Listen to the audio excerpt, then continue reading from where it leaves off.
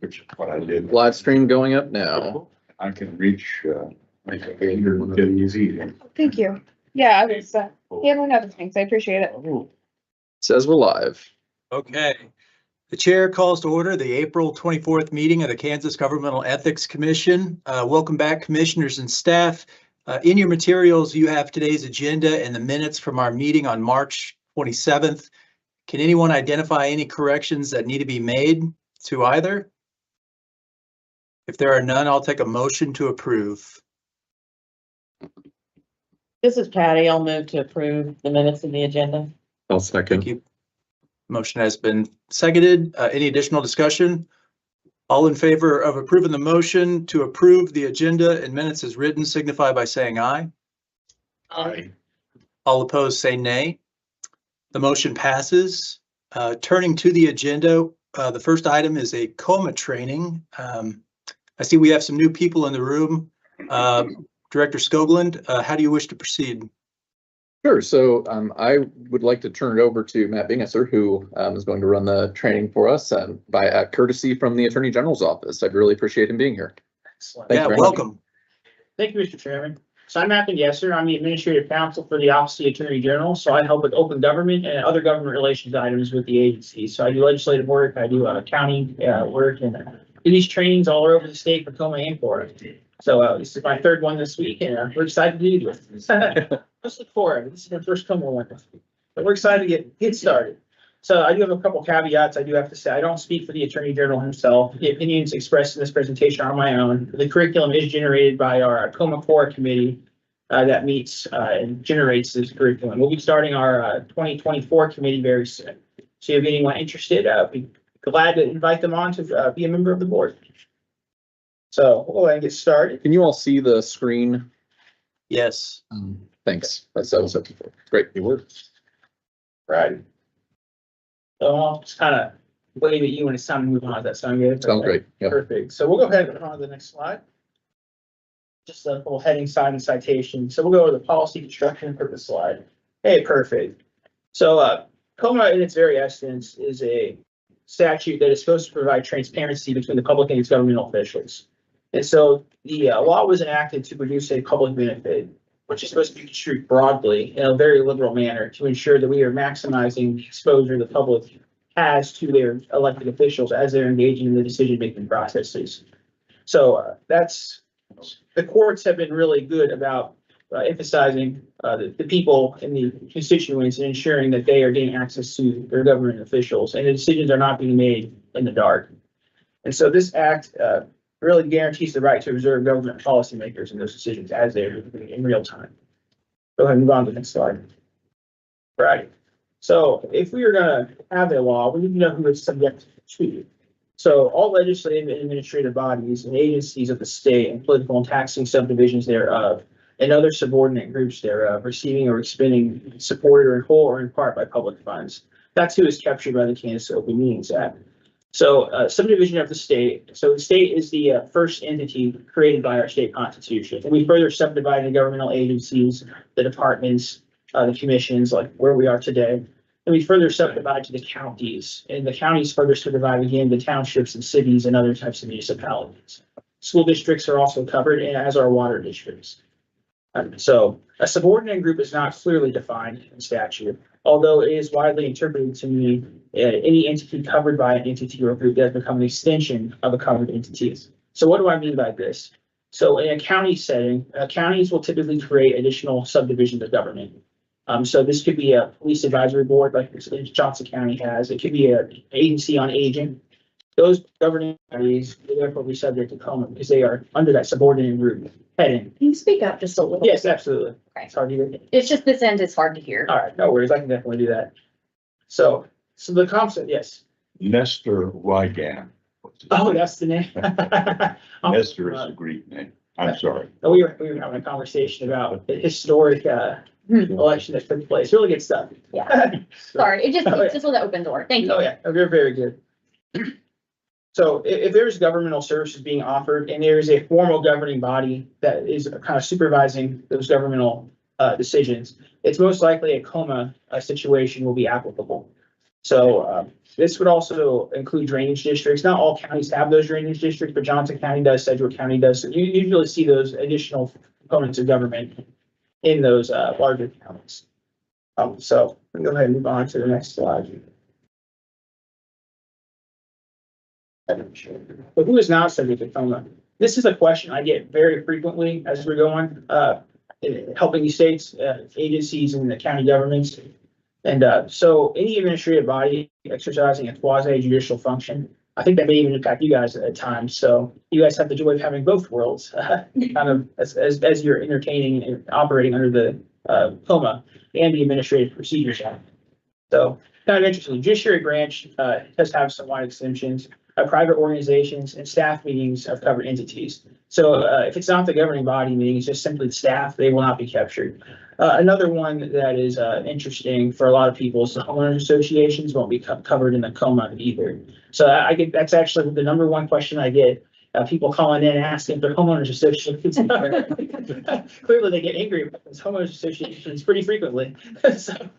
But we won't actually be covering them for core or COMA. It's just the way homeowners associations operate, they were excluded from the statute as written, and then they don't operate as a government entity per se. So does that mean that our deliberations are not open meetings? If you have the Administrative Procedures Act or another act that covers you, and the answer would be yes. Caitlin would be able to more accurately describe your particular circumstances, but because you are performing a quasi judicial function, you will be able to use the Administrative Procedures Act and other parts of the statute to enter for those purposes. Mm-hmm. So it's a little different. You do have that little extra layer on top of things.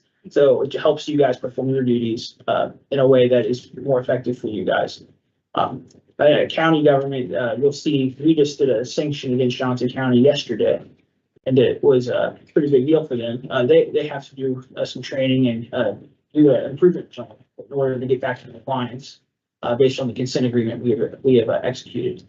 Are all parts of the COMA complaint process public? Not all of it. So only you can core requests from us, the initial one. But on the investigation component, we use exemption number 11 from the Quora to kind of take ourselves out of having to release that.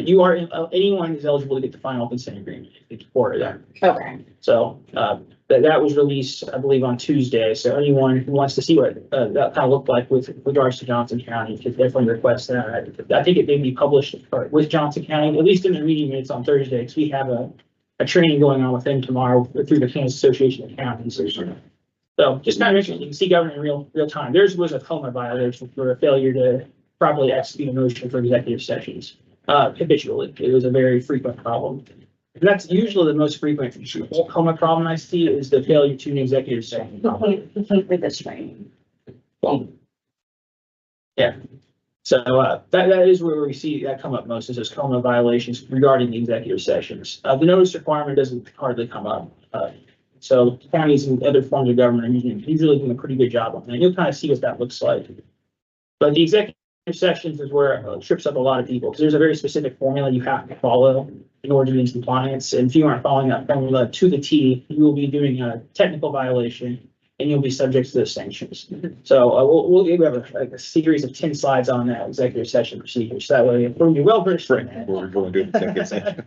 So yeah, so executive sessions are an interesting one. So, yeah, I think we're ready for the next slide. Okay. So we're going to talk about the formula for what a meeting is. So as we're assessing what is a meeting under the Kansas Open Meetings Act, you have a 3-prong test to assess. So it's you have to have a gathering or assembly in person or through use of a telephone or any other medium of interactive communication. That's right from the statute. And as you're looking at that prong, a median can be of many different things. And this is when I do my training at the office we have HTAB and other governing boards. I always joke that anything you do, it can be a piece of notebook paper you're passing around the room. That could be a median, a text message, an email. So it's very broad. Just about anything you can think of that you can have some sort of interactive communication through could be considered that median that satisfies this first prong. So there's always that reply all situation we'll talk about with our emails. I can get that sucker triggered. So, and that's just usually a pretty sad one because no one needs for it to happen. Then yeah, that county government usually not been pretty happy that day. So like, oh, sorry, Attorney General's office, that we know what we did. What has to happen, it has to include a majority of the membership of the public body or agency. And we'll kind of talk about that, what that looks like. It's also should be emphasized, a majority of membership does not always mean a quorum. There are very distinct things in our levels of government that can kind of make those incongruent as sorts. And the interactive communication must be about the business or affairs of the public body or agency. Yes. So if the chairman had called a meeting of less than majority and had a discussion, and then called a meeting of the other majority. It's a serious. I have a Is slide that on, covered by coma? I have a slide on that. That'd be what we call a serial communication, and then we'll get you anyway. So, yeah, in theory, you could do it in just under half. So you're a 9-person board, is that right? So you could have a communication with 4 maximum, your 4 triggers. So serial communication would take place if you have that 5th person. You can go loop them in some way, and that would be a violation at that point. So if you're going to talk to people, make sure it never exceeds 4, and make sure they don't talk to people either. So the chairman can meet with 4 and 4, but he couldn't meet with that extra person. He couldn't meet. He could only meet with, including himself, 3 altogether, other than himself. I mean, he couldn't, not one more person. It couldn't even be separate. The moment he hits a majority, he's triggered the phone.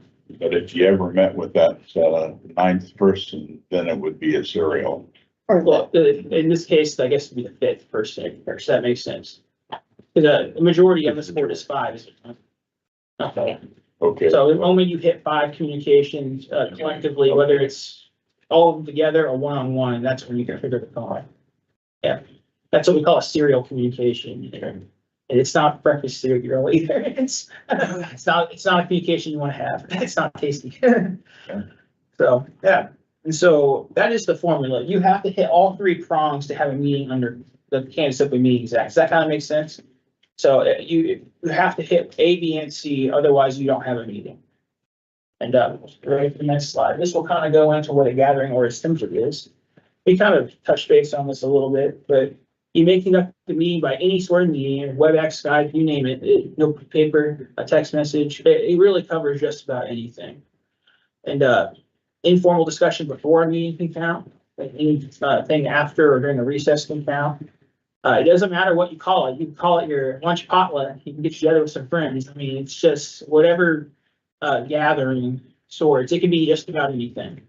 So for the sake of the test, you should probably just assume you're having a gathering regardless. Then if you have to rebut it later, I mean, that's if you're having an investigation, then you rebut it later. But for the sake of this test, you're probably triggering this first prong almost regardless of what you're doing. That kind of makes sense. Okay. So let's go on to the second one. This is where it gets kind of fun. The majority of membership. So I talked about earlier how a quorum is different than a majority of membership. And this comes up most frequently in 2 situations. One is if a quorum is less than a majority. Maybe your city charter has something of that nature in there. Or some counties and cities have another elected, like a mayor. City commissions wouldn't have this problem, but if you're in a mayor council system, the mayor would often not be counted towards a quorum in that sense.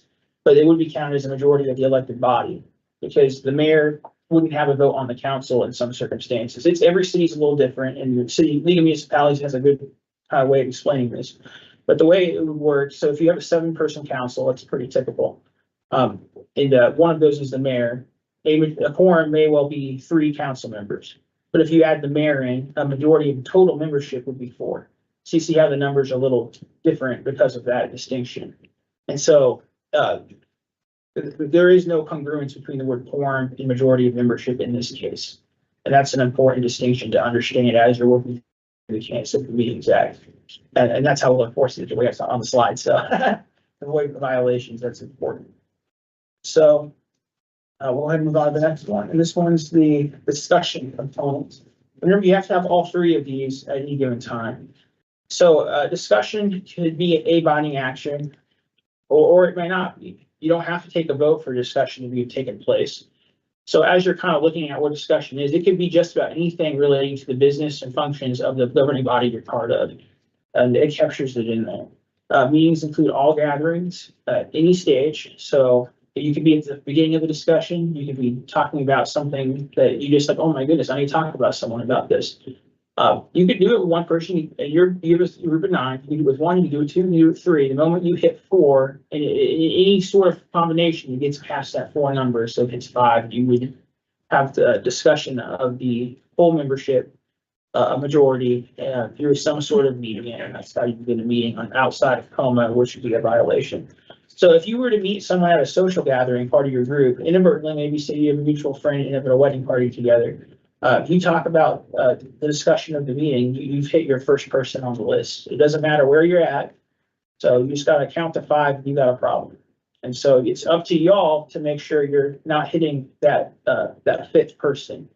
And if I talk to someone and you talk to someone and we get up to that serial number, that can become a problem as well.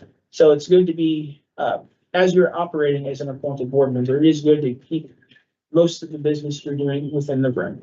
And that way you can have confidence that you're not going to exceed your majority threshold and cause problems with yourself and your governing body. Because you'll find out later in the slide, you can be personally sanctioned for violations. That's a $500 fine you don't want to have to pay.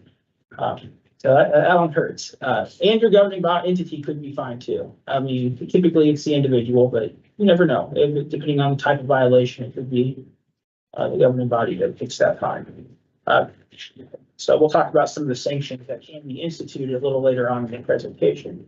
So we're about a third of the way through right now, so we're making good on time. Right. Oh, and when you're traveling for businesses, it's also important to advise maybe your leadership team, so that way you don't inadvertently end up on the same flight or inadvertently sit at the same meeting. And if you are attending a conference, you should notice that conference, so there's not any sort of way. You have to provide some access to the public to know that what you're talking about and all that. But it's just better to not put yourself in a situation where you're hitting that 5, right? So just be smart about things, know what your limitations are, and don't put yourself in a position where you could find yourself receiving a fine or embarrassing your governing body. So, all right, let's go on to the next one. There it is. Okay, this one's pretty straightforward, and we don't see too many violations of this, honestly.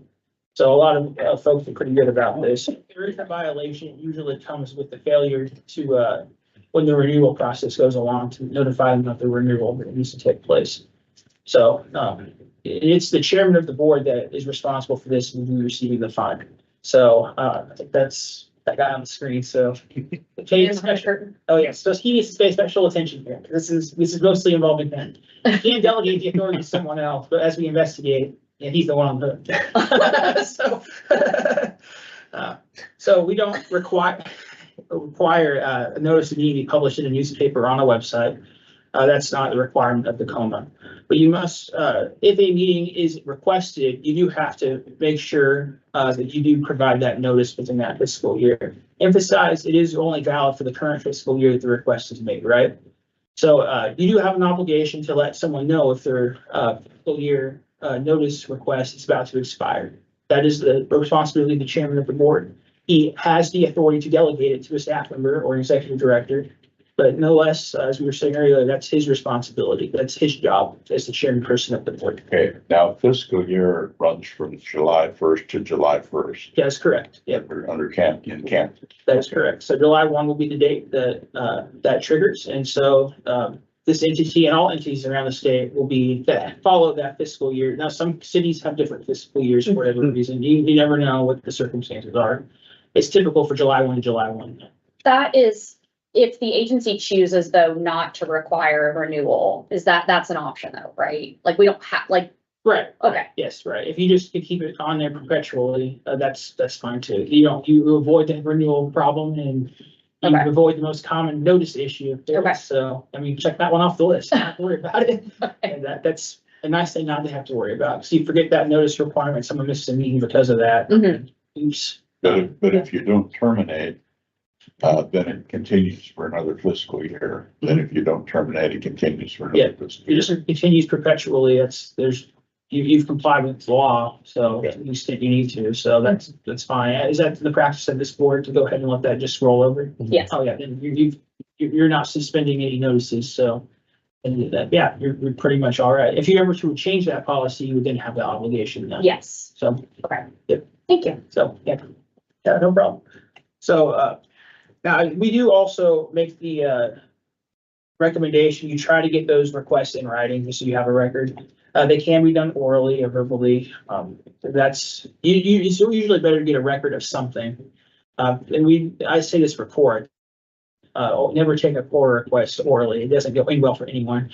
So, you can set policies and procedures to make sure they are in writing, and that's a high recommendation by the Attorney General's office that you do that. Save yourself any sort of issues by taking that oral request provides, because you never know what's gonna come back and haunt you. And those oral requests definitely will. So that's pretty good. So the meeting notice must provide the date, time, and location where the public body will be meeting, and you have to provide a reasonable time for that meeting notice to be issued. In a reasonable time, lawyers are gonna love this in the room. It's the reasonably prudent person you figured out in law school. So. Good luck with that. So Caitlin knows, because a reasonably prudent person, you'll never meet them. You don't understand who they are, but they come up in every legal textbook you have. Mark had that law school too. Didn't he? Oh, yeah. Oh, yeah, I don't miss those days. So did Nicole. But oh yeah, yeah. So that's the kind of the established standard for kind of what that looks like. If a group as an entity requests notice, they're supposed to designate an individual to receive that. And so if the ACLU were to request that, they will designate an individual email address or individual to receive that. A lot of times they'll pick a general email account, so the name will be attached to it, but they'll still receive it through that general account to get the proper notice. So that usually is taken care of. If they would like to adjust something, that's their responsibility to get a hold of you, unless you've terminated their notice request via expiration at the end of the fiscal year. So I think we're ready for the next slide. And it's serial communications. We're back on this subject. So this is kind of what we talked about earlier. You hit that majority, that fifth person, you need to start running through the test and see what's happened. So if you don't want to find yourself in a situation where people are getting the opportunity to pay the Attorney General $500. That helps me with my Coma Cora travel, let me tell you. So I don't mind if that happens to y'all, but it helps me out. But for your sake, I don't think you want to pay $500. So let's not do this. So any interactive communication outside of a notice meeting may be covered under core if the following factors takes place. If it collectively involves a majority of the membership and it shares a common topic, and that there's some intention by any or even one. It just needs one. If one person has the intention to trigger this prompt to reach an agreement or a matter on a binding action. And so, yes. So if no one intends that any binding action be, no agreement that requires binding action, no one intends that, then it's not a subject to coma. It could still be. You don't know anyone's intent per se. And so if a person can conclude there was some intent to. Well, you can ask people what their intent is. Yeah, but the finding of the violation could be, the only person that's review of that matters is the Amber Smith, our enforcement director, up until, or the district attorney. So intent is inferred. It's inferred, yes. That's not good. Yes, you've understood that perfectly. I have a question, actually. Yeah, what's up? On the common topic of discussion, the commission right now has 3 subcommittees. They haven't met. Each subcommittee has 3 people, so they're individually not a majority. They're each discussing a different area of the regulatory apparatus. Right. We're doing a reg overhaul. One's doing campaign finance, one's doing ethics and lobbying, and the other is doing procedures. That in order to create some consistency in the scope of discussion, the chair is on all 3 subcommittees. Would you interpret that as a common topic? Because they're all discussing regulations, but they're all discussing different regulations. So serial, and there are different people on each subcommittee, so he would technically be meeting with 6 people. Right. So the chair would have the obligation to make sure he's not sharing information from committee to committee, of course. So that's how that could become a problem. Got it. Because of how you set it up, and generally we have not found findings in that method. Many counties, committee committees, many school districts that have committees do something very similar. And thus far, we have not taken the position that finding would be something that would be issued. That was our, Yeah. that was our conclusion as well, but we were like, Yeah. you're here, You're you're gonna ask. Confirmation. Before we actually have those meetings, so. So, but you just gotta be careful. If the chair is on all of them, he would have to be very careful not to share information between each committee, because then you could have that serial communication taking place. Okay. So we'll say Matt says that's fine and then it's. I'm just kidding. Good, I mean. But the chair just, yeah, my recommendation there is the chair really just needs to make sure he is not sharing the same communication from Yeah. one committee to another. It was just to make sure the same scope of conversation Yeah. that was, Yeah. it's not to share across, so that should be okay, yeah. But what you are doing is a common practice across the state. That was what I thought, Yeah. yep. Yeah, I was about to ask that exact same question. So, yeah. I have a question. So because they're in committees, if the majority of that committee meets, does that fall under coma? Does it separate by the committee or is it still the board as a whole? Yeah, that's kind of a gray area. I would say the board of a whole is how we've interpreted it thus far, but it's always better to keep those committee meetings open. Some places, school districts have decided that's not something that needs to be open. So far, we've not found a violation, but Amber Smith's the ultimate decider on if there's a change in policy. That's her job as the enforcement attorney for the state of Kansas on that matter.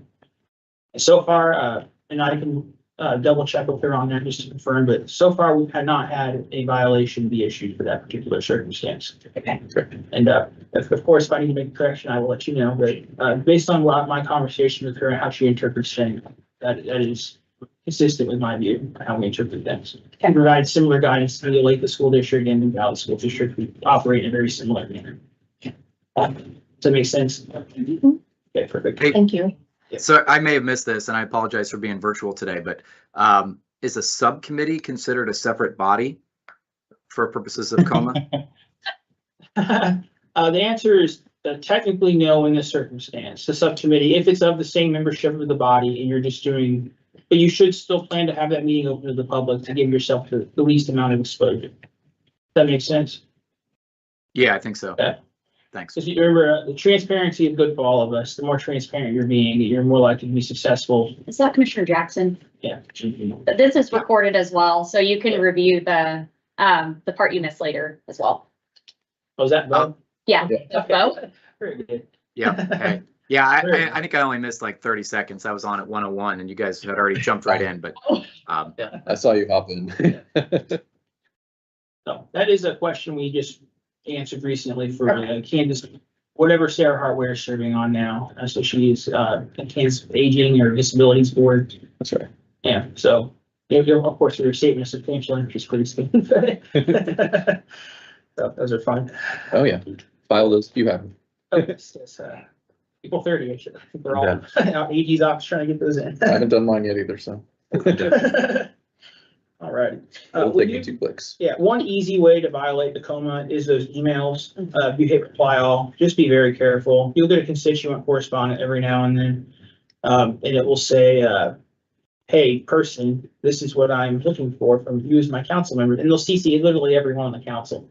If you respond to that, and it can be interpreted as you're intending to make some sort of meaningful movement on a issue before the council, you could hit that third prong.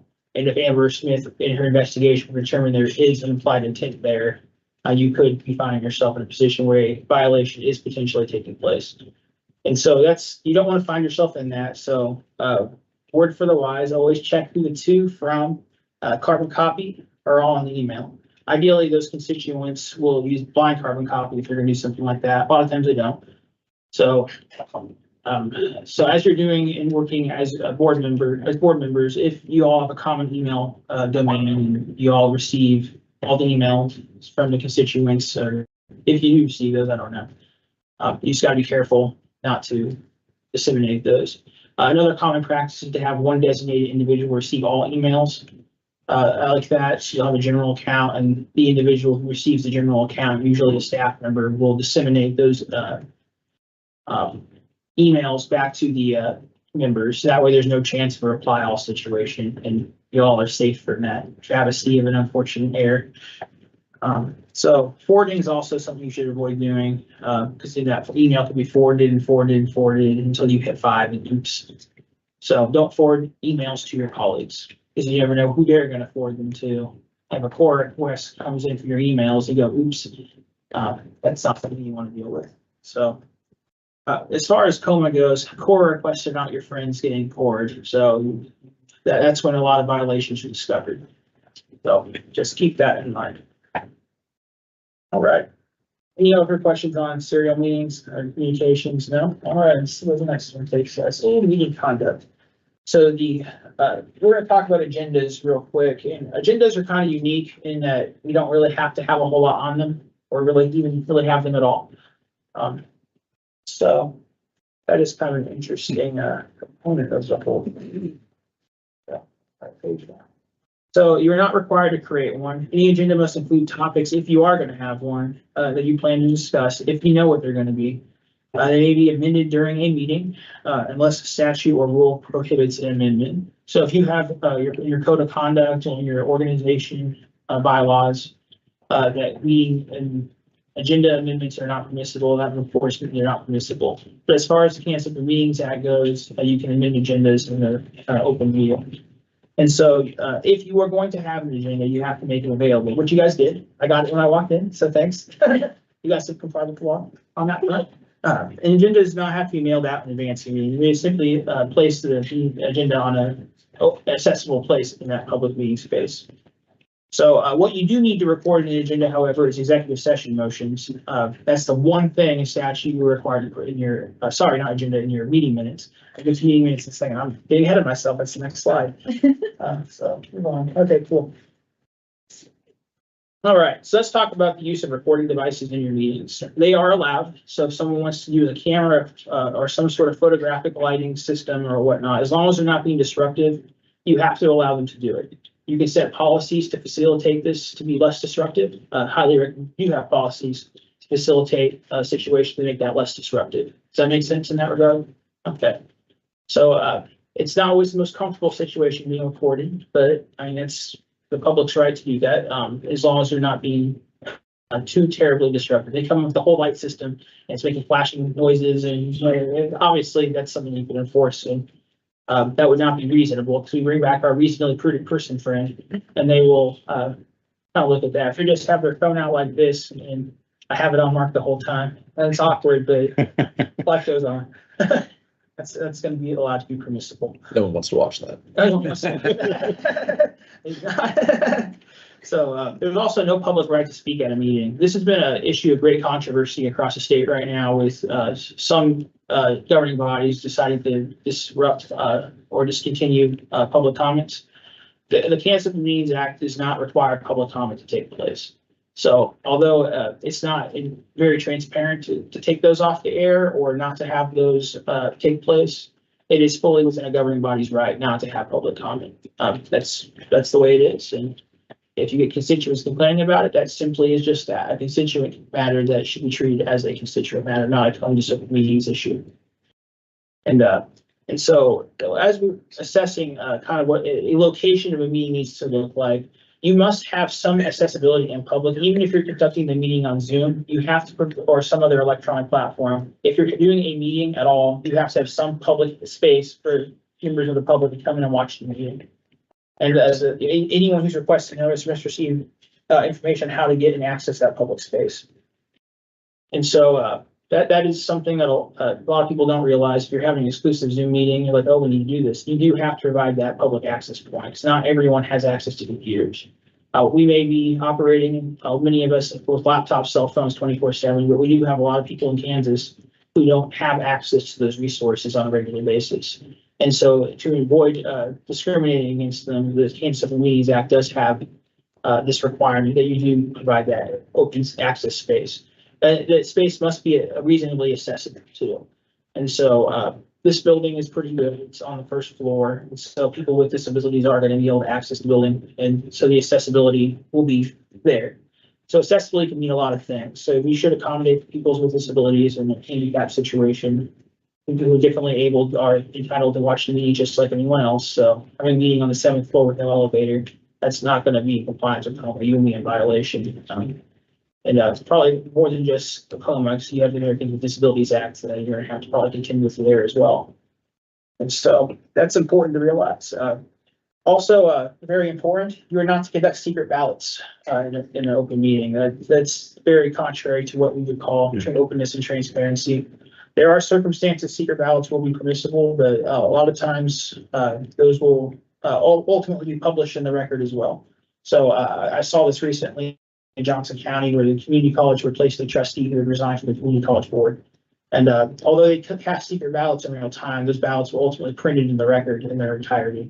And so I just realized that will be something that will need to be done. So if you were to elect a chair by secret ballot, just realize this will probably print it in the record ultimately.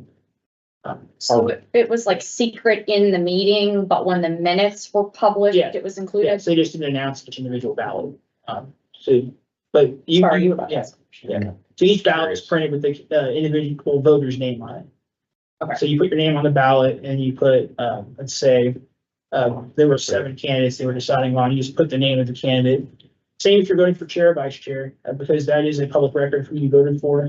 See if it isn't announced in the public meeting you voted for, there must be a record that can be traced back. So secret ballot name only, I suppose you could call it when those circumstances come around, because you ultimately, your vote choices will be reported in the formal record. Okay. Or needs to be. So does that make sense? Yeah, so I guess the point is just to avoid awkwardness. Yeah, I think so. Okay, But if vote is a voice vote made at a public meeting, there's no. No, there's nothing to worry, there's nothing to report there. It's a voice vote, and you're just going, I vote, you just do the roll call. Mhm. Do you have to do a roll call? Oh, you can do, write it down, turn it, as long as there's some way to attach the name to the person that you voted for. I mean, that's acceptable. I'm just, in general. So, and what if you just have a voice vote on a question? Do you need to put that in the minutes? So you'll find out the only thing you have to actually put in the minutes is the executive session motion. Okay. So that it can be as bare bones as you want the minutes to be. You gotta say what passed and, you have to say what passed, what failed, and you gotta say what the executive session motion was. Good. That's really it. okay. So, I think Commissioner Berger was asking, there's not a roll call requirement in coma for voting? Just in general. oh, you should have some sort of formal vote so the public can. Yeah, but it's not like if everyone appears to be unanimous. Yeah, you don't have to. You don't have to go, It can be a each voice commissioner. vote. It can be a voice. Okay. vote. So you can say all in favor, say aye, all opposed no, and just your Okay. traditional. 5 and 2s or whatever the split may be. Yeah. No, that's fine. Yeah. Yeah, but often the chair calls the vote. That's, Is that sufficient? Calls the vote as in. he calls for a voice vote. Oh, that's fine. So voice votes are fine under the common. Yeah. Thank you. Yeah, no problem. All righty. And, the minutes. So like I said, you're only required to, the only thing you have to really is executive session motion. So those things are the bane of a lot of people's existence. They're hard to do correctly because there are a lot of nuances that a lot of people get wrong because they think they can do more than one thing in the executive session. They think they can set 30 minutes when you actually have to say the time you're coming back. So there's a lot of technical issues there that can come about that just are not helpful. And so it's, you get that formula sheet going. In fact, you all have the slides. If you're making that motion, let me just read off the formula you need to do and you're going to be pretty safe. And then the person making the notes, there's actually a slide in here that says, don't record the ums and ahs. I've had people do that. Verbatim record it. It's like, you don't have to do that. The fact that you have to say that's kind of funny, but so I was at the, I think it was the school board meeting, and they definitely reported that in there. So good on them, reporting it verbatim. But yeah, people can be funny sometimes. All right, are we on the next slide now? Okay. All right. This is the right one, yes. So, okay, let's start on our discussions of executive sessions. Because this is the thing I get, this is the number one thing for a coma violation. It really is. If you think it would be failing to notice a meeting, it's not. You think it would be a serial communication, it's not. It's this. Because there's so many things you can mess up in it. And the statute was not very kind in giving much leeway. So if you do a violation, even if it's a technical minor thing, it is a violation no less. And so that's something you really got to be careful about. And so there are only certain enumerated matters you can discuss in executive session. And so you have to pick one from the selected list. unless you're recessing for something regarding the Administrative Procedures Act, which you typically do. Is that correct? Yeah.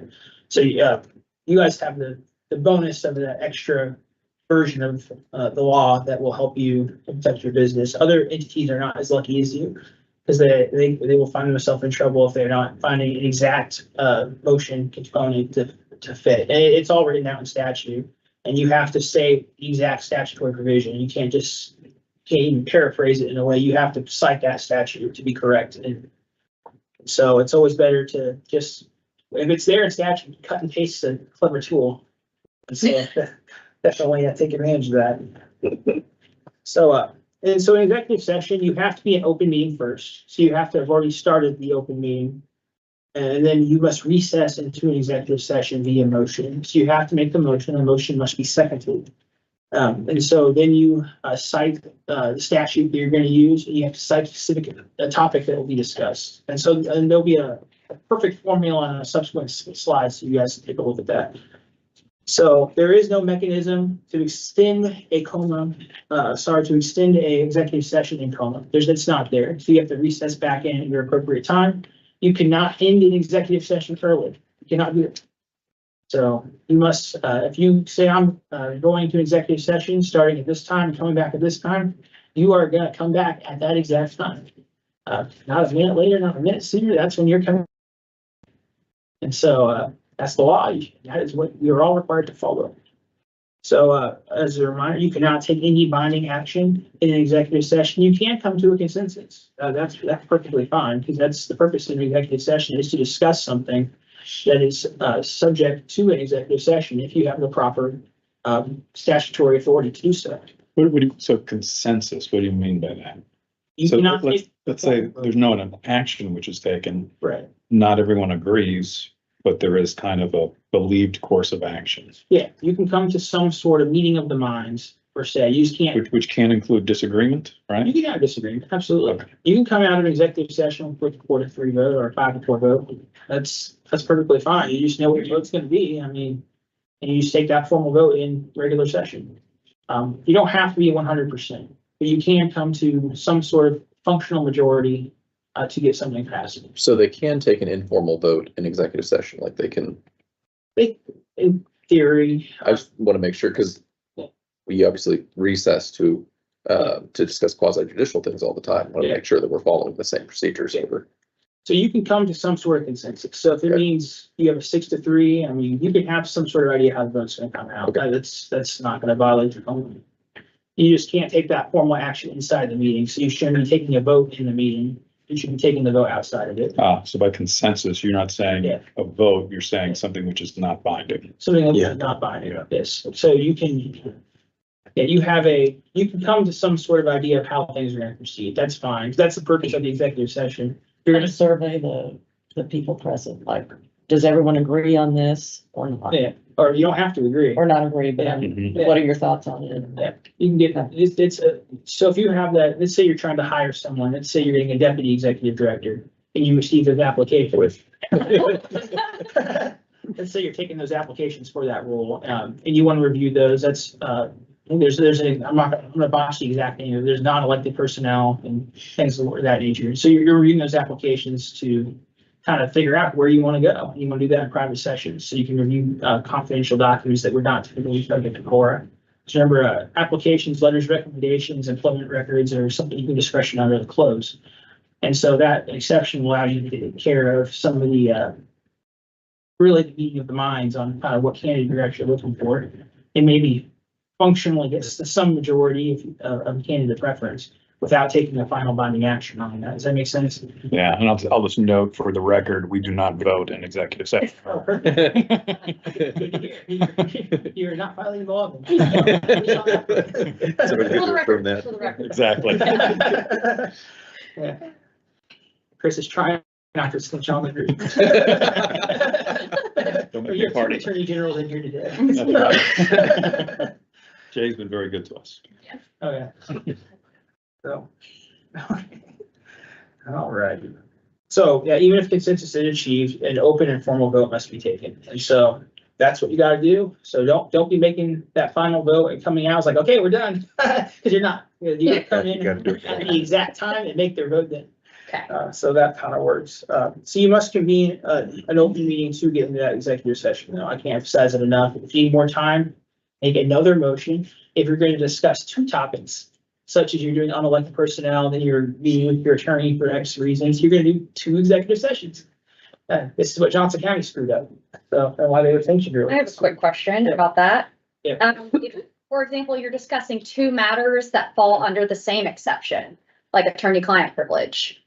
Where do you have to make two separate motions, even though it's the exact same exception?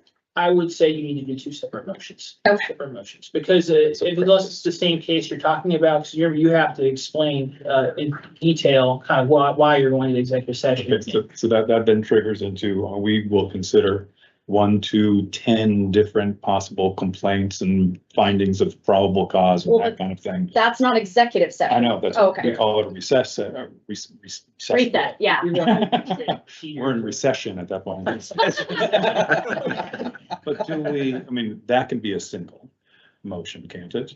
Or can't? It should not. If you're having many different, well, you're asking about recess for the administrative. Yeah. Yeah. purposes. They're Yeah, recessing for, different. yeah, Yeah, they're it's different. recessing for. You can do something one motion different, for so- that. Okay, I was gonna say, is that, That's do we need to, different. No, you can do it all under. You can do all that in Yeah. one. That's a difference.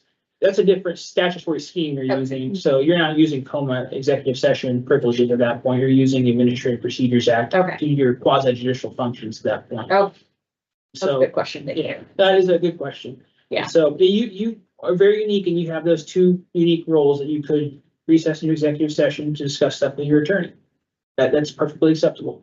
Or you can do your Administrative Procedures Act materials and do what you need to do on that front. Okay. Yeah, you have a bifurcated system here. Not many agencies and boards will have that dilemma or I guess a perk in this case. Or confusion. Or confusion. So, and that's why you have legal counsel to help you out. Yeah. So that's pretty good stuff. Right, so where will we down here? Executive session continued. Yes, executive session continued. That's right. We've done it for the next Continues. one. Man, we did this today. We're at a little bit off halfway point, so we're going a little bit slower than I'd like. Is that okay, Mark? Yeah, I Okay, mean, perfect. here's what it is. Okay, that questions are good. You're getting You good make me think questions. so. today. I'm having to think back what I told other people. I was like, okay, what did I tell this other school district that one time? So that's good. Amber and I do talk frequently on how she kind of wants to have things done and she's done a very good job. I think Robert Hutchison, who you work with, Yes. really provided us a lot of guidance on how this is structured. And him being the former guy who was leading these courses for many years. So we do have a really good team that has put together this curriculum, and our statewide advisory board on open records and open government has really done a good job putting this together. So always gotta give them kudos when I can. Okay, so this is kind of the formula you gotta kind of do when you're doing an open executive session. So this is important to know. So you must be a formal motion, and where's that formal motion gonna be recorded in? Open session. And the minutes, and it must be an open session, you're exactly right. So it must be in a formal motion, seconded and carried, and the complete motion must be recorded in the minutes. This is your checklist. If you get in trouble for executive session violation, you're gonna have to turn in a checklist just like this to us as your homework. So, is that how you understand it? So you're gonna, required parts, you're gonna, the statement of the subject to be discussed, because that we're dealing with confidential information. So you're gonna talk about what the subjects are. This is when you go into detail about what you're gonna be talking about without giving away too much. Then you're gonna have a justification right from the statute. You're gonna cite the statute, just plug it right in there in that motion, right? So stick it in there. And put the time and place the open meeting will resume. So the exact time, the exact place. So, okay, so that makes sense. You gotta have all those components in your motion. This is a perfect formula. Do you need to specify the place when Right here. rather than right Oh, yeah, here? we'll come back to our normal meeting spot. I see that all the time, and so far, I think that's for what you're asking. He was asking. Oh, okay. Yeah, so if you're gonna say we're gonna come back here, that's typically what I see in backward So open session. here is enough. Yeah, well, typically, yeah, whatever the meeting room you're gonna be at, is, that's gotta be appropriate motion. That's pretty much what I see across the board. We're gonna return to open session is some terminology I see, or we're gonna turn back to our regular meeting room or whatever.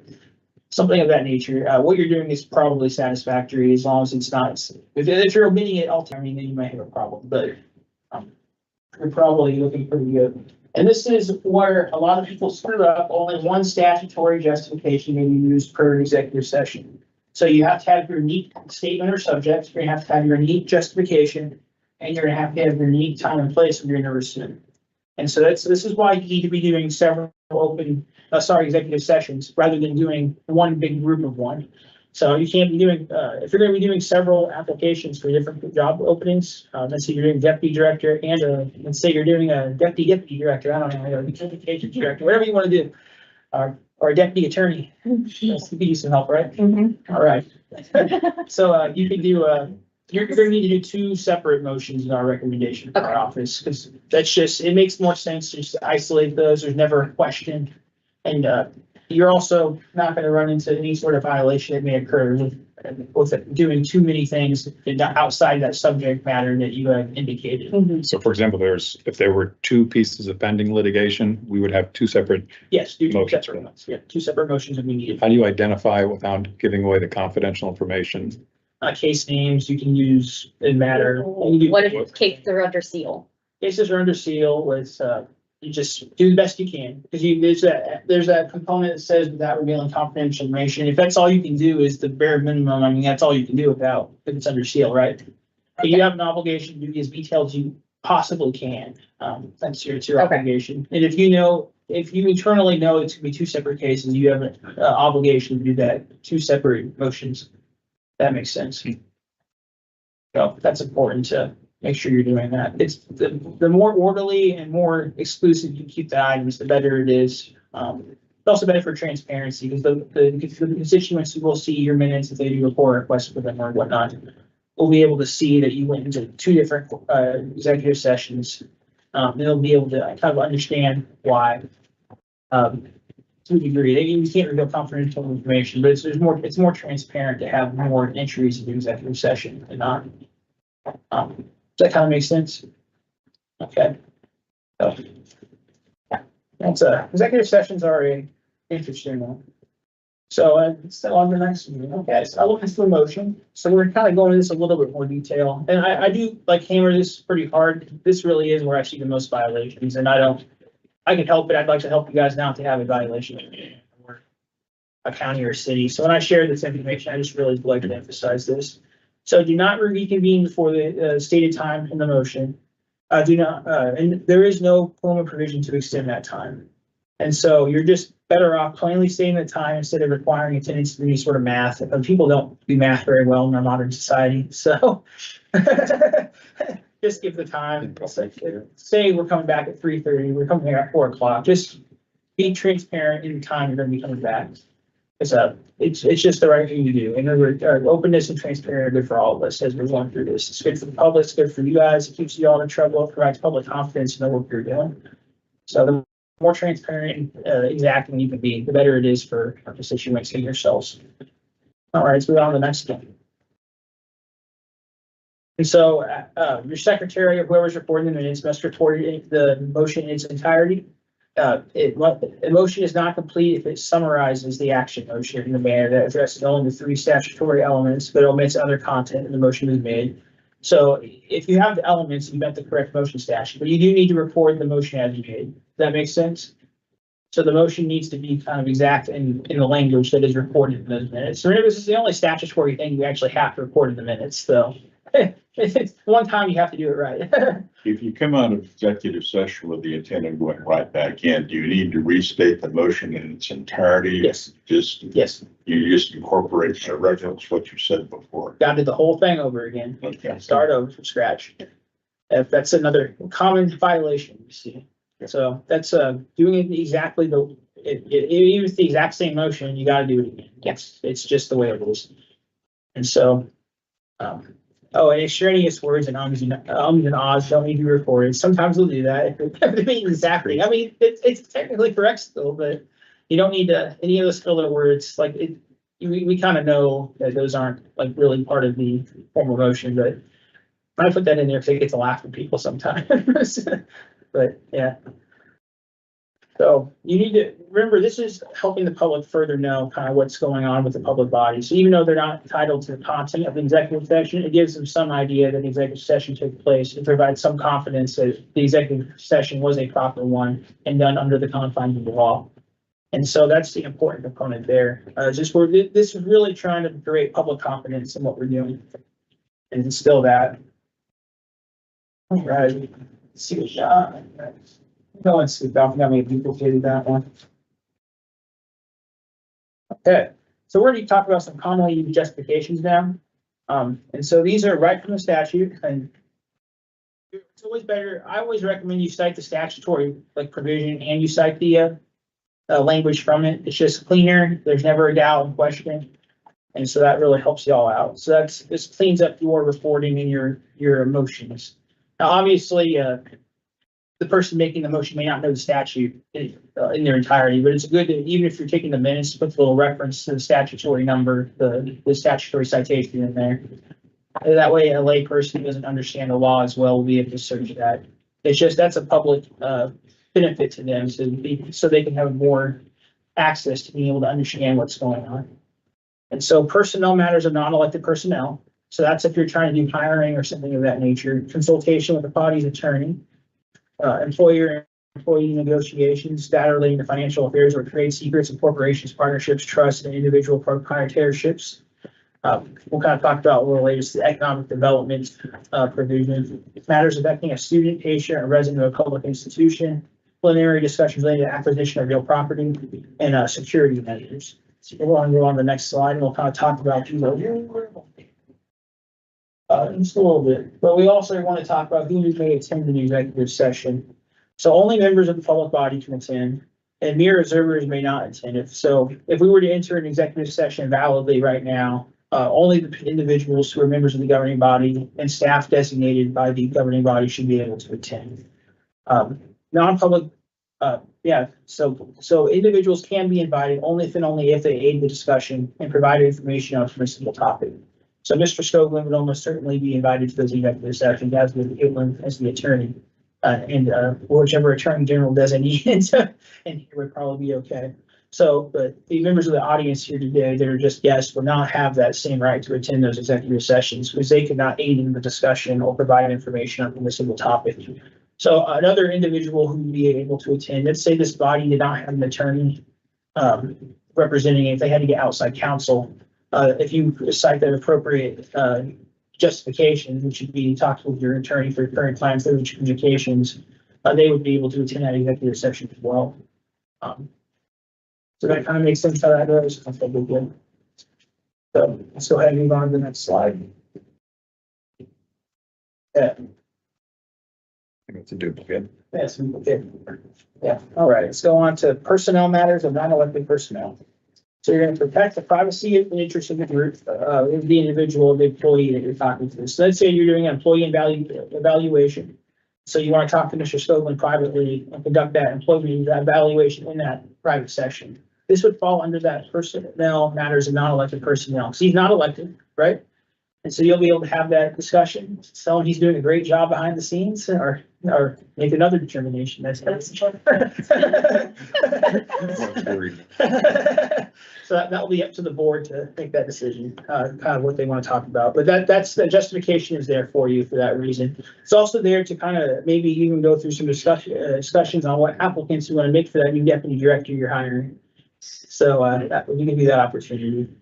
So, but it must be to discuss individuals. You can't use this to discuss a group of individuals. It must be just to talk about an individual application or an individual sport position for an application. I mean, yeah, this goal here isn't to talk about the whole organization as a whole, right? You're not going to talk about the staff procedures and all that. You're talking about individual applicants, individual employees. You're talking, and you can review several applications in this executive session, but that's the purpose of this is to give you an ability to evaluate those staff members, evaluate potential staff members, have those discussions, and come to some sort of way to meet your obligation to the agency to have staff that are performing at a manner that is acceptable to the standards of the board. So That's really is the purpose of this justification. You should be using it, just for that. There was an instance where they used it for elected personnel. Oops. That doesn't help anyone because that's a violation of the Kansas Open Meetings Act, because last I checked, not elected doesn't mean elected. But, some people get creative and find ways to make things mean as they don't. So, move on to the next slide. Get through reviews. These are some good things to know. And so this is the economic development exception. So this is a good one to know. Data relating to the financial affairs of trade secrets of corporations, partnerships, trusts, and individual proprietorships. And this is a good one for cities and counties that are trying to develop economic projects. And so this will allow them to discuss like major projects that will be coming in there. If they receive trade secrets, schematics of these corporations as they're trying to come into town, they can discuss those plans privately and to ensure the confidentiality of these corporate documents and corporate secrets. And so that's something you'll see rarely at this level, but you'll see that a lot with maybe the city council as they receive a recommendation. They want to review the corporation's suggested plans for their new building structure. So it's kind of an interesting one, but it's really for economic development purposes. All right, let's move on. Let's see what we're at. Oh, yes, this is one's really good for school districts. So matters affecting a student, patient, or resident of a public institution. So I need to emphasize public institutions are inclusive in inmates. So these will be all correctional facilities as well. And so school districts will cite this as an opportunity to discuss a major student issue. If the Board of Education needs to recess and say there was an incident involving a student, and they need to use that justification for that purposes. Do have the correctional facilities. So let's say there's a particular inmate, they need to, let's say there's a correctional services board. I don't know if we have one of those in the state, maybe we do. But they would be able to recess and through that executive session to handle matters relating to that inmate and not make the final decision, but kind of discuss that private issue. All right. Chairman and the executive director, sorry to interrupt here. I just noticed we've been going for about an hour and I've got a hard stop at this meeting today around 3:30, 3:45. And so I was just curious. I know we've got more agenda items, so I was just starting to get a little bit concerned about that. 5 more slides, 6 more slides. Yeah, well, I think we'll be okay. Our regular open session materials are pretty short, so it's just a matter of how long you all are in recess session later. Yeah. Okay. We're almost done with the training, but thank you for keeping us on task. I'd have to concur in that too. I've got to be in El Dorado at 3:30, so I've got a short lease or short time there too. So we'll still have a quorum after that, but we just need to remember that the one thing we need to remember is that if there's any probable cause votes in open session, that needs 6 people. That's the only thing that we have to remember on that front. Okay. But we should be okay. Okay. So preliminary discussions relating to the acquisition of real property, something you can recess to executive session for. This is for the acquisition, not the sale of property. It must be relating to actually purchasing a property. Moving on.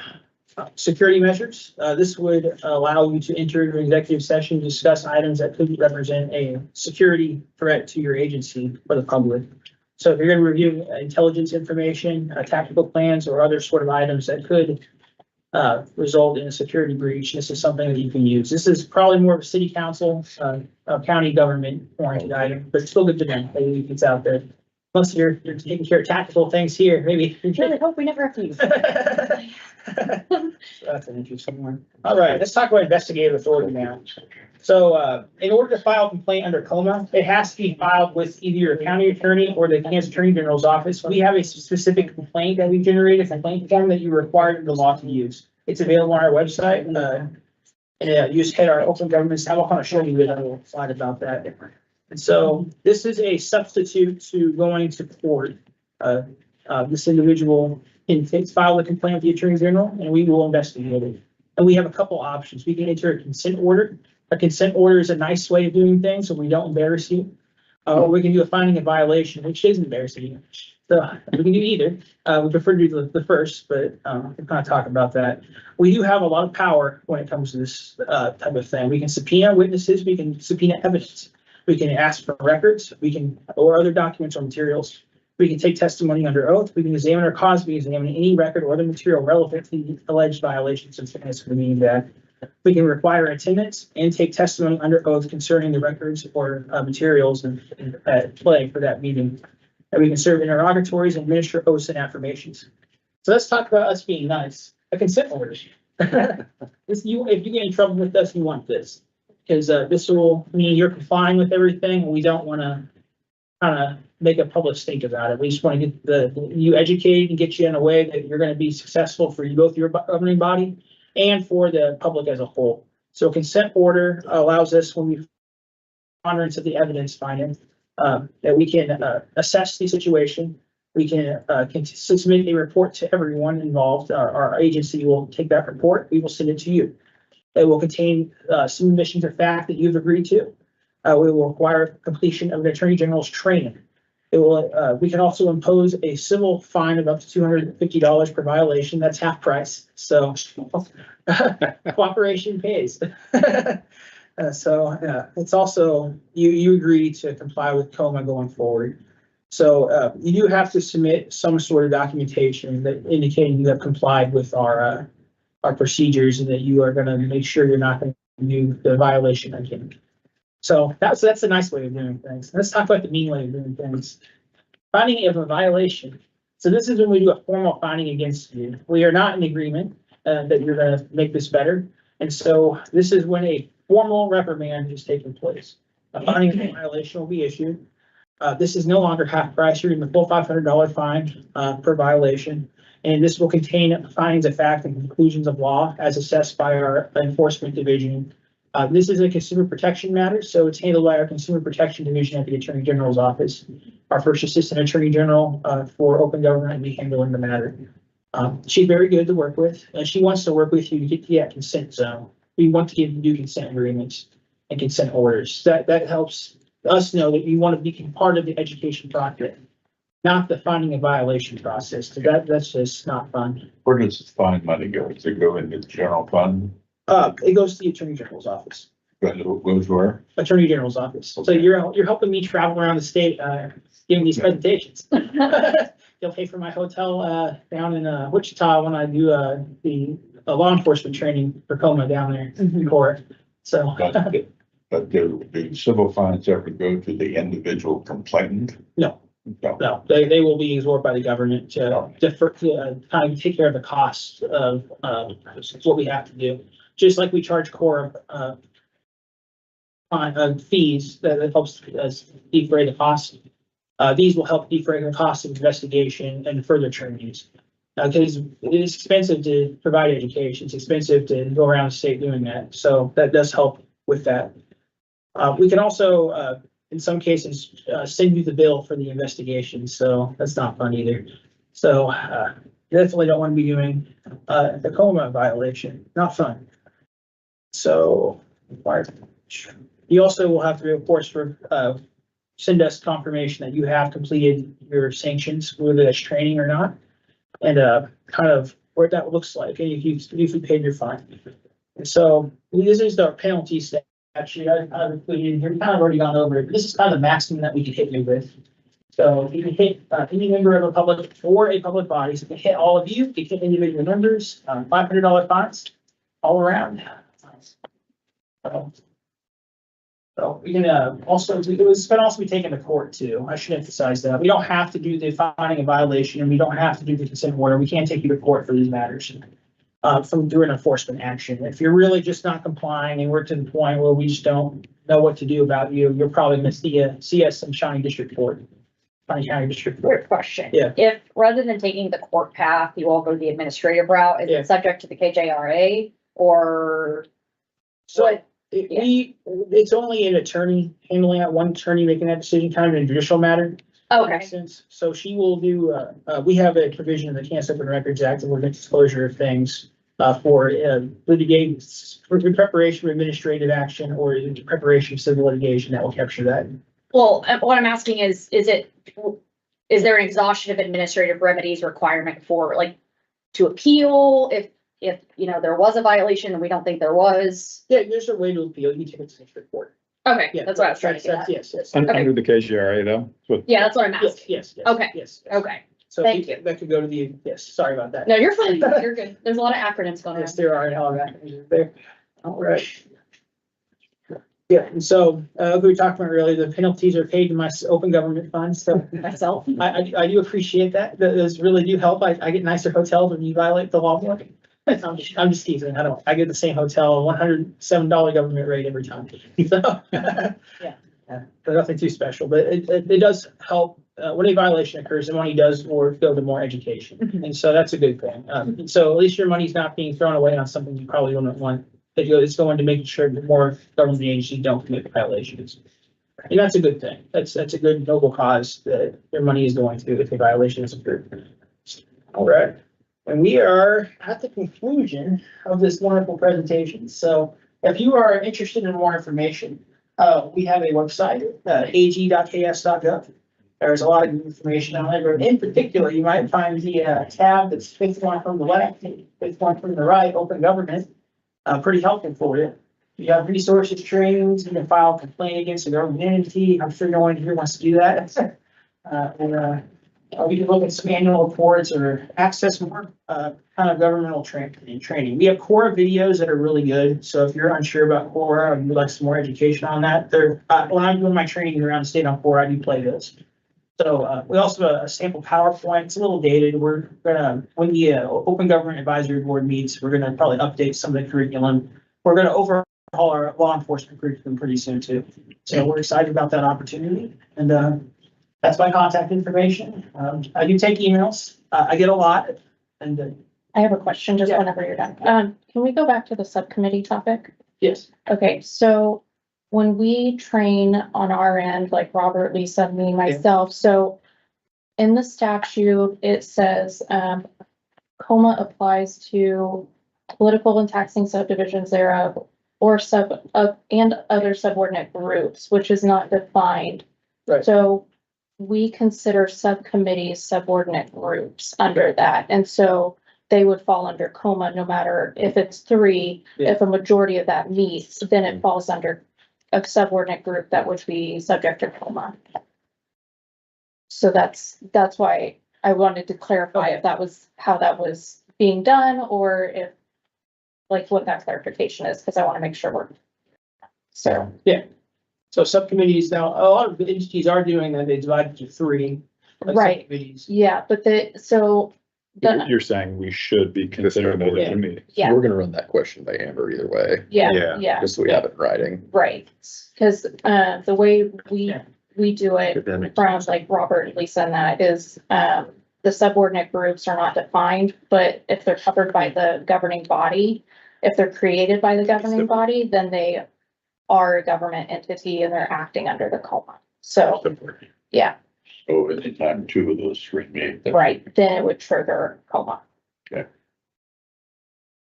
Okay, we'll talk to Amber about this. I have a concern about that, because if you hit yeah, it's interesting. So you have two members on the same committee of the same governing body and Right, talking about governing business. yeah. Yeah. Because it's in a subcommittee, a subordinate group under of course, you look at what their functions are, so what they were delegated to do, stuff like that. But generally speaking, the subordinate group, the subcommittee falls under that. Sure, we'll see what Amber's thoughts are Yeah, as we'll well, talk to since Amber there's a about that. disagreement Yeah. here. Yeah. And whatever whatever her conclusion is, Yeah. we'll make sure that we're communicating it to all of you as well, Yes. in a COMA compatible way. Yes. Oh, Okay. Well, thank you so much, Matt. We really appreciate the thorough discussion of COMA. I think it's helpful, and I think it's good that we kind of do this as a housekeeping measure, with a year or every 2-year cadence, especially with the new commissioners we have. We really appreciate it. Thank you. Thank you so Oh, much. yeah. Thank you. Thank you very much. Thank you. Our plan is to do this every 2 years, continuation, so that's the current game plan, but Good point. if you all are the same commissioners 2 years from now, which would be great, then we'll see if then it's gonna be at the option of the board, so. Yes. But if anyone's getting replaced, I think we're doing it every 2 years for sure. It's a Okay. good refresh. All right. Thanks very much. All right. Thanks, Matt. Thank All you. right. Thank you, everyone. It's nice to see you all today. Yeah, thank you. Matt, see? Appreciate it. Likewise. All right, well, thank you for organizing that, Director Skoglund. Returning to the agenda, the next item is an executive session and Gotta be in the Patty, minutes. it's very appropriate that we're entering to this now. Patty, would you mind reading the motion? And I guess the first matter, Director Skoglund, how much time do you think we'll need? 5 minutes. It's some 5 language minutes. based on the recent training. That's all I've. So I have added. 2:15, let's say 2:22. Okay. Just ignore that. 2:22. Yes. Yes.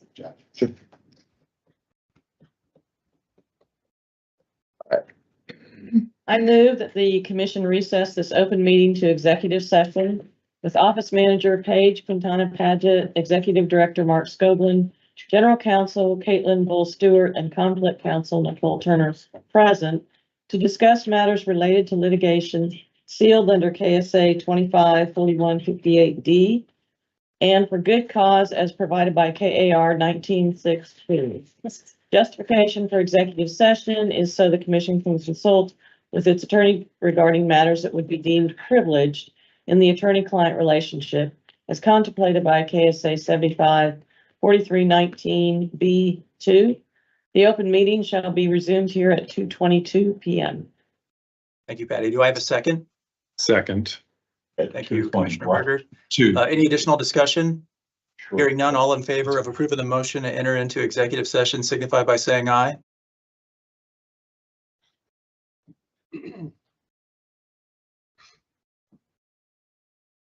Can I make the joke now? Sure. I thought it was funny that Matt called us all out for being bad at math. Well, there's actually a math professor I know, he says, don't do math in public, so it's not, and he's a math professor. Well, this is Okay. an online course I was taking. He Are was we doing good, Director math and Skoglund? using- We are good. The live stream is back on. Okay, returning to open session and the next item on our agenda, we have an opinion 2024-1. Mark or Yes. Caitlin, do you want to speak to this? Sure. Yeah, this is the advisory opinion that we had presented at the last meeting that needed some amendments. And I've done a little bit more research as we were amending things because a candidate had contacted our office who'd actually created a login to look at, to see what the candidates can actually see when they receive these anonymous checks. And the candidates can actually see when they create a login, they can see each person who made the contribution. They can see the necessary information of if they're an individual or not, who their employer is, who their address is. Also, when they log in, they can appropriately see service fees that were charged. And I also created, because I was curious on what it looked like from a donor standpoint. So I created just a login, just a test to see what it looked like for a donor standpoint. And it's not Democracy Engine LLC itself that the donors use to make the contributions. It's a website called vote.oath or oath.vote, excuse me. And that website, it basically just creates, and this is, I've amended the opinion to reflect some of this. Some of the amendments to the opinion are both that it's no longer focused on one processor. And in addition to that, what was made clear to me when I accessed the donor part of the platform is that this is about state level and federal level candidates and committees. So people could go in and contribute to I don't know how far down it goes, but could go to the state political committees, the Kansas Republican Party, the Kansas Democratic Party's political committees. They could contribute that way. But from the donor standpoint, it essentially is just linking the websites that the candidates themselves have created to just a one-stop shop, a place where you can just type in a candidate's name. If a candidate is not on the website, the donor can request they be added to the website. It's just making it easier for donors to search for different candidates. And so the amendments that I made were largely just, making it more generalized, which is, as I feel like we're going to be seeing more and more of this, I think that was more appropriate. So I appreciate Commissioner Berger's comments regarding, researching this a little bit more and ensuring that the opinion applies to more than just one processor. So those are the primary changes that I made. I'm happy to take any questions because I know, like I said, I kind of got into the weeds a little bit more of what both the candidate can see and the donor can see. Are there any questions? Any comments? Director Skoglund, do we need an action by the commission to approve? Yes. I have a couple questions, actually. Sure. So I don't see any clarity as far as what the one-stop shop means. Let me see where I use that quote. That's the first, It's- I think the yeah. only change is that first paragraph of the factual statement. Yeah. So that's how it characterizes itself. And by one-stop shop, it means that they only need to go to a single website to contribute to candidates or committees rather than going to multiple different websites to contribute. So rather than having to go, I have an example. So this may not, see if I can Right. show folks. But is there any clarity as to how individuals are directed to this particular site or how the site directs them to candidates Well, or so- issues? I contacted Democracy Engine and asked, I said, how do people donate to your website? And they indicated, they said, check this website, vote.oath, and it is a brand new platform. It is a push from, pushes for nonpartisan and Democratic candidates that, are considered critical, like, I'm trying to think of the word. It uses algorithms to decide what matters most to a candidate. So or not a candidate, but a donor. So if a donor is very interested in flipping a district blue and they highlight, I'm really interested in turning this district blue, and you select that that's one of your interests when you first log in, it will then say, well, here's the candidates in this state that really need the most funding to flip their district. And you don't have to operate via the algorithm. It gives the donor a choice. You could just go in. You don't have to answer any of these questions. You can just go in and say, I want to type in a candidate's name, type in a candidate and find them on the website. But you can do multiple candidates that way. You can do 5 at a time. And so you could go, when you click donate, for example, donate, I don't know if you guys can see how big it is, but you can select the contribution if you want to do a bulk donation. And you select $1,000 and then you divide it among the candidates. You say, I want, 100 to go to this candidate, 200 to go to this candidate, et cetera, et cetera. And then it divides that up for you. So you make that choice on here, and that's why it's a one-stop shop. So you don't have to go to candidate A's website, candidate B's website, C, D, and E. You just use this website and it sends it to the candidates for you. Right. But I mean, Like, where did this come from? no, I Okay. don't care about any of that. I'm interested more in how the opinion letter is drafted in such a manner that we are approving this particular methodology as an acceptable way. This method is continually used as an acceptable way for donations to occur. There's nothing inherently problematic, though, with the way that they're processing it. It's the state, I know that we have some hot button issues with regard to people who are donating and whether they're donating personally or through other interests. yes. And this is inherently different because How? as I mentioned before, it directly shows, as soon as the login is created, it explicitly shows every single donor's identity, and all the other information that's required for reports, their employer, their But address. we don't know from the platform how they got there or why they got there. We wouldn't necessarily know that for any contributions, though. But isn't that this hot button issue that we're dealing with? The hot button issue that I think was brought up in the last meeting was the issue of determining the identity of the donor. And I was determining the intent of the individual under whose name it's given. I don't see how we would ever determine someone's, I guess I don't understand your question. Well, I'm sorry. like I say, this is always worded in such a fashion as to talk about a processor using this format and this format and this format, but we don't know the format other than that there's a name that's associated who's identified, but we don't know how they got there or why they got there, or if it's permissible or impermissible. So I'm not comfortable in an opinion that simply says a format that I don't understand or know about is either good or bad.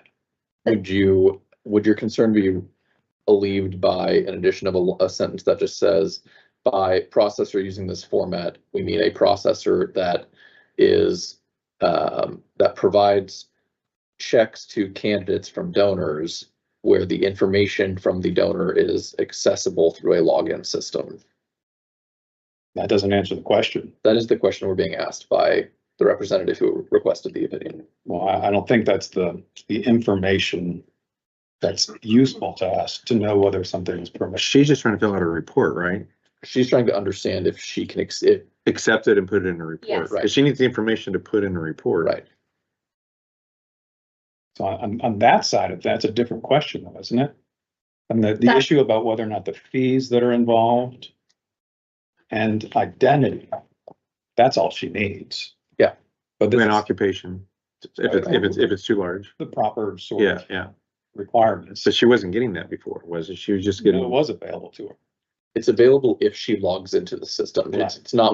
it wasn't just given to her. And they include like some letter that says So to get the information, if log you- into our if system. the opinion is simply fees that are charged by processors count toward contribution. Yeah, yeah. That's one thing. Mhm. And that they can report it according to the identities presented to them. That seems to be all we need. So in your view, it should be parsed down to, in our view, this concern is resolved by these statements. In one, essentially the things you just said. I think so, but I want to hear what other people think. I'm always in favor of simplifying as long as we're providing enough guidance to people to act in accordance with similar situations, but I just want to make sure that you've dealt with it. Because we don't know anything about this group. Right, and I agree with you, I don't want to implicitly approve more than what we're being requested to discuss. So I Right. think that the primary issue is with the factual statement, as I've laid it out, and not necessarily, Well, the opinion is tied entirely to the factual situation.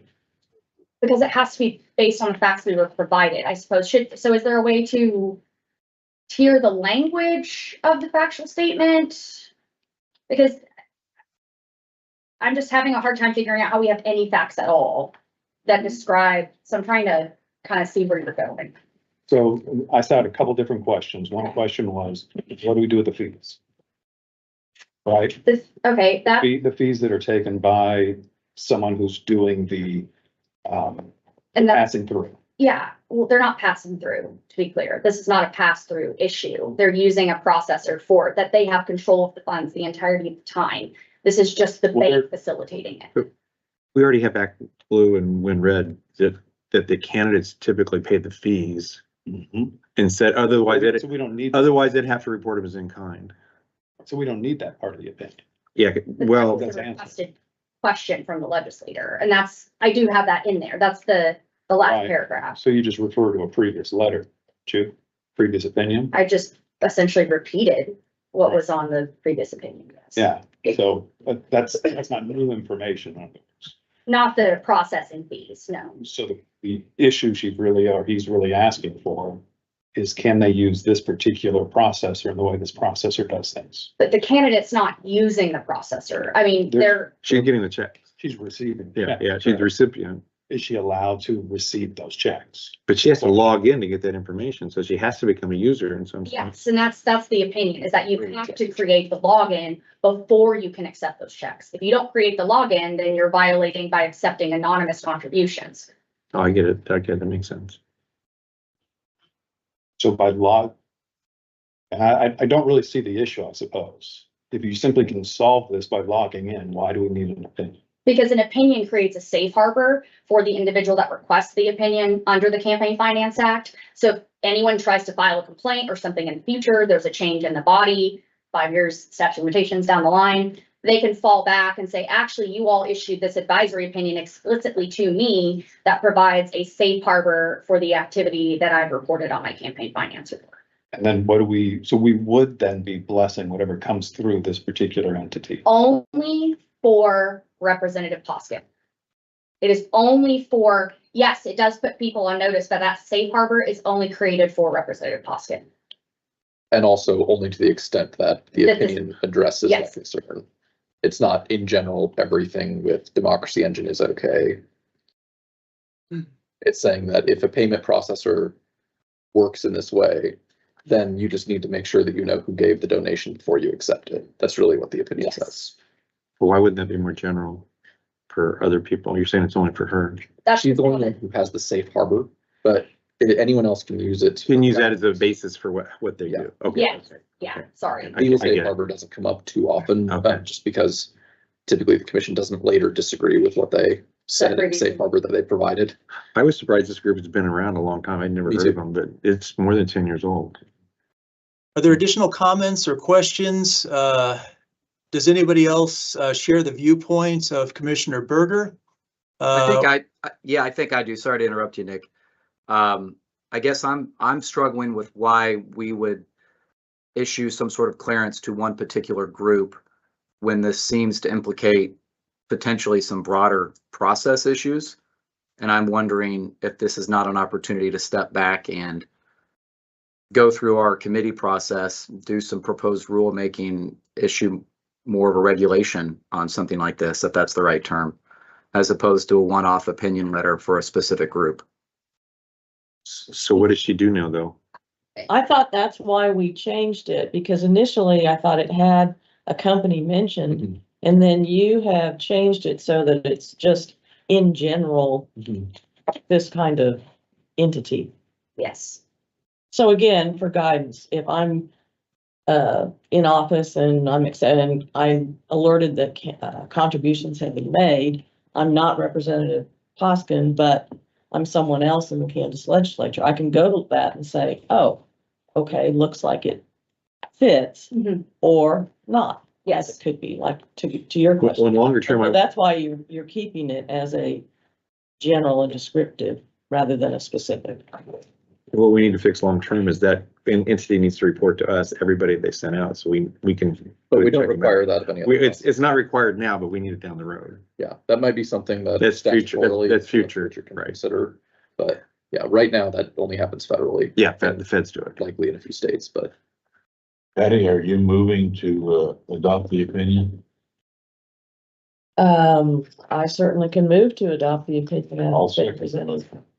Well, okay, so there's a motion to approve and the item was on the agenda, and Commissioner Solbach has seconded the motion. So let's just go ahead and take a vote. And if you could raise your hand when you vote, that would help with the tally. All in favor of approving the motion to approve the opinion as written signify by saying aye.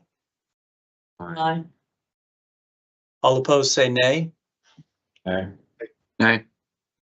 Okay, well, let's table this. The motion does not pass. And let's, I don't know if there's a way for Caitlin to take more information just about the concerns with the way that this is written, or perhaps what it's lacking and what it needs. So as a just point of order, how do opinion letters get put together and approved? Because I mean, 9 people or 7 people are gonna have a hard time agreeing on much of anything. I mean, we shouldn't. We generally do. That might not have been a good thing. But there should always be some form of conversation and disagreement. So how do we I address just it? need help. I don't really know. I guess I don't understand I don't understand what's objectionable with how it's written. But if there are changes that people want, would the commission be more likely to adopt something that instead of the last 1, 2, 3, 4 paragraphs or so, essentially replace that analysis and just say, in order to accept a contribution, it cannot be accepted until the donor is known. However, that can happen. So it's nothing specific about logging into a system, nothing about the processor. It's just saying you cannot accept a contribution until you know who is providing it. Does that answer your question? And basically just cut out a lot of the. And that's much more analysis about the general. Processor. Yeah. So, and I'd say with maybe a little additional caveat that it's, we're not opining as to the propriety or impropriety of how that donation is made. And We don't know. we've done that in opinions before where we have essentially a last sentence caveat that essentially says things like, it's pretty common to For say. your reporting purposes, it's acceptable. You identify this stuff. Mhm. You credit also or debit, whatever the proper thing. Yeah. is, for the processing fee. Okay. Yeah, so we can just parse it to very straightforward. Yeah. In order to accept these things must be true, and this is how you report them. Are there opinions now on the processing fees? I think there is a processing fees opinion. I don't remember offhand. And we include that then, because why, Well, if it's already in place, that's really needs to be done. Yeah, if we can refer to a previous opinion that we think has enough clarity, we can do that. There was a period when some of our opinions did not provide as much analysis as some other opinions do. So there may be an opportunity to provide additional clarity or guidance, but I'm sure Caitlin and I can look at them and see what's out there. But I think also I'm looking at Poskin's letter, and she closed it by several of them, referring to some of her colleagues, have asked how to handle the checks. And I think that goes to the whole idea of contribution, but also the processing fee. Yeah, So I think there should be something included, not just about the contribution, but how do they handle the processing fee? And if it's a reference to a prior opinion that we've given, that's fine. But I think I agree. I to think really answer her questions. She just needs us to- And not be too narrow, but to answer her questions. I think it's important to make sure we cover that. yeah, I mean, a reference would be super. If it's something beyond the reference, then we know we need to talk about it. Yeah, Perfect. Yeah. but she needs to fill out a report or be able to accept money here soon and then fill out a report by August. That's what we need to help her with, I guess. Right. And she's ahead of the curve. Yeah, exactly. Great. Commissioner Jackson, is there anything else instructive from your point of view that you think is a useful comment for Director Skoglund and Caitlin as they continue to consider this? Yeah, thanks, Mr. Chairman. No, I think that discussion was helpful. I think what was just discussed about potential next steps makes sense. I mean, I agree with Ms. Dangler. I mean, we do have an obligation to try to answer this representative's question. And I think we need to try to do that. And, maybe I'm just coming at this from the newbie perspective, but, I'm really trying to get an understanding of these statutes. And I know there's been a lot of attention on them and a lot of attention on this commission over the last couple of years. And so I'm just a little bit hesitant to be authorizing actions that relate to the interpretation or application of these statutes, which I know have been the subject of a lot of debate and a lot of attention in the last couple of years. So maybe that helps inform my reticence here. Yeah, that's fair and appreciated. Commissioner Harrison, anything that you've observed in reading this opinion? I was just going to say that I agreed with Commissioner Jackson about, why don't we put these things into regulation rather than an opinion applicable just to Representative Poskin. It just seems like it would be a better way to codify some of what we're doing. Yeah. If I could answer that, since it's come up a couple times real quick. If there's 3 different areas we deal with, right? Statutes, regs, opinions. Our opinions are just interpreting statutes, right? If someone provides an anonymous contribution, our statute is clear. You cannot accept an anonymous contribution over $10, period. It's very clear on what you do on those things, and that's what our opinions do. If there's something that does require some regulatory change, that is a slow process, and that is worth discussing in all of our regulatory subcommittees we're dealing with for sure. But just to be clear, this is the normal path for an opinion that is requested from the commission. They had a scenario, they want to know what to do with it, and it's our job to tell them what they need to do with things like this check. Can they accept it? Can they not? Has it been sitting in a drawer for 2 months since they requested the opinion? I don't know. So there's our formal opinions serve an important role in creating that kind of formal guidance for people as well. Informal guidance is very common, but formal guidance like these opinions is also a crucial portion of how we provide that assistance for people. But it does serve as part of our quasi judicial / legislative history. Yeah. So yeah, that opinion is there. It's something that is out there then for forever. We still rely on opinions issued in 1974, 1975 for lobbying. I mean, that's so some opinions really do stand the test of That's pretty time. long. Um, I'm amazed. yeah, so. And I we'll think, talk about I think Well, that that- what you just said informs my hesitance is that Yeah. the precedent setting nature of it. Sorry, Yeah, Chairman. and Yeah, That's. well, Caitlin, I hope that this has been a useful feedback for you to, I guess, take and reconsider as we continue to qualify. There are many new voices on this commission that do just need to, I think, to understand more of just how we formulate these and how this process works. So Yeah. I guess at the next session, or the next meeting, we'll look to another amended version. Is that okay? Yeah, absolutely. And I appreciate the discussion because I know a lot of this will start just kind of thinking out loud and then walk our way through. So I appreciate it. It kind of gives me a different, I may just start over based on kind of the things we talked about, and that might make it easier. So Yeah. I do appreciate it, sure. Yeah. Okay, well, we will move on from that agenda item, and Director Skoglund, you have some civil penalty assessments to note. I do, but no waivers today, just penalties. So there's a page 4, candidate and treasurer civil penalties, typically from the January 2024 receipts and expenditure report, one from January 2023. That's just now being assessed. And then on the lobbyist civil penalties, these are late April 10th reports, all of which were actually 1 day late. The first day for lobbyists is $100 per client. That's all I've got. And that is it for civil penalty assessments. Yeah. Okay, are there any questions or comments from commissioners? If there are none, we will move on. The next item we have is a recessed session. And I have 2:47 right now. We want to approximate how much time we think we'll need. You've all had the materials. I do not have insight for you on that. I'm thinking like we start with 15 minutes. That sounds fair, but also I know that Commissioner Jackson and Commissioner Schonifer have other commitments. Do we, can either of you offer up a suggested time that you think might allow you to make your obligation and for us to just take a natural break? This is Commissioner Schonifer. I'm gonna have to depart at 3 o'clock. So that's only 13 minutes, but I'm sorry, guys. Yeah, that's no problem. Commissioner Jackson?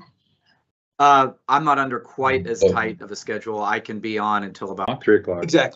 Exactly. Patty, would you mind reading the motion on this one as well? No changes. I Cindy, why don't you do this? Mark, Cindy, I your know, phone's but, on. you've already paid how much to him?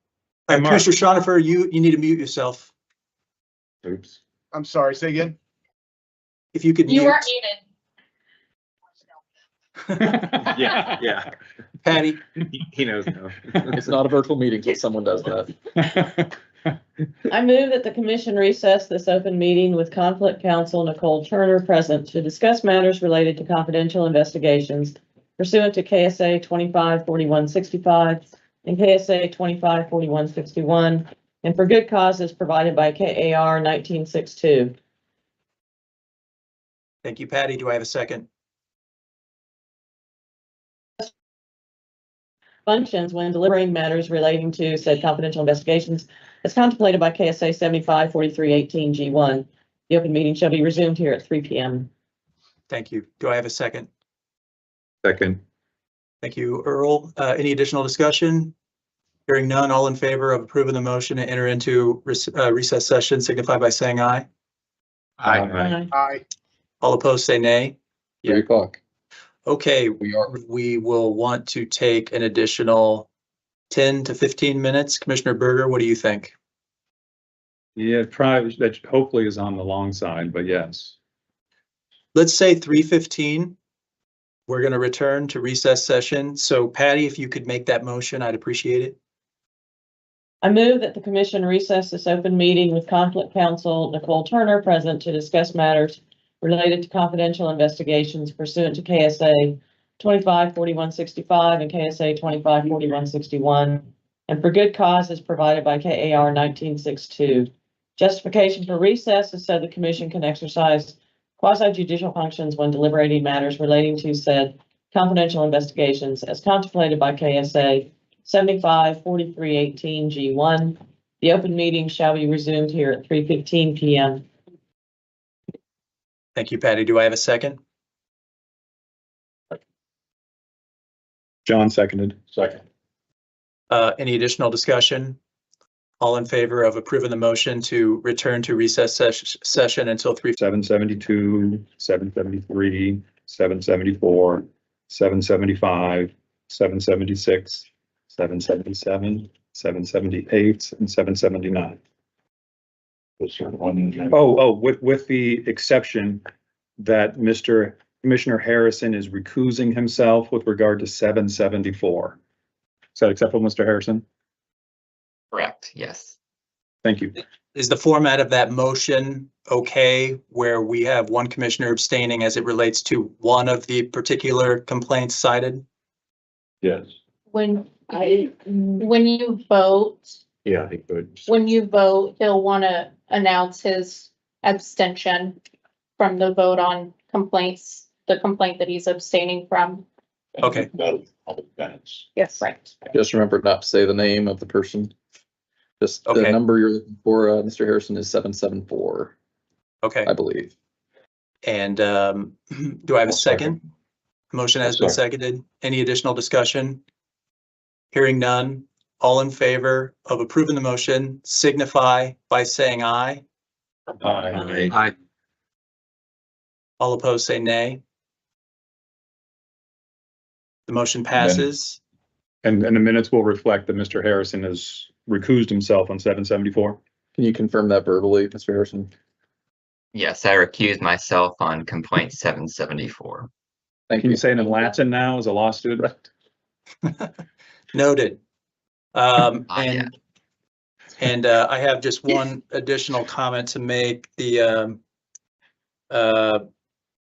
is the request of the commission that more information be provided by the parties regarding complaints 750, 753, and 754, but otherwise there are no other motions that the commission wishes to make at this time.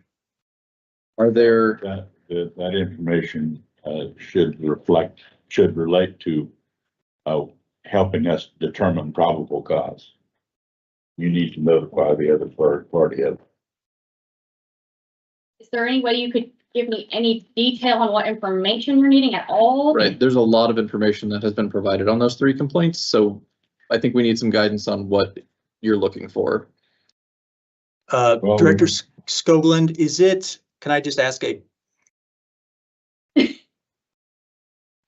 you make it Have we very se- generic?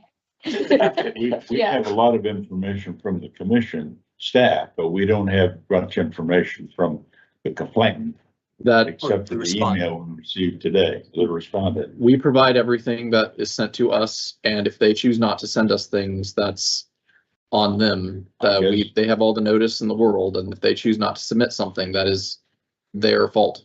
And they can be heard at a hearing about that decision, but it's not entirely uncommon for someone to submit nothing for a probable cause statement or very little, but ultimately we can't make them submit anything more. I mean, we can't call them up and say, you have to submit something more than what you've already done. So I think what we're requesting is that you ask them to submit more. If they do, they do. If they don't, they don't. Okay, that we can do. that, Yes, that makes thank you. sense. And that would be for all, okay. We can do that. All 3. all Okay, three, understood. Perfect. okay. And Will, You want, or you can't. Is that also on 760? I didn't. Help us. No, it No. was 750, 753, and 754. Okay. Yes. correct. And no other actions to take at this time. So, Thank you.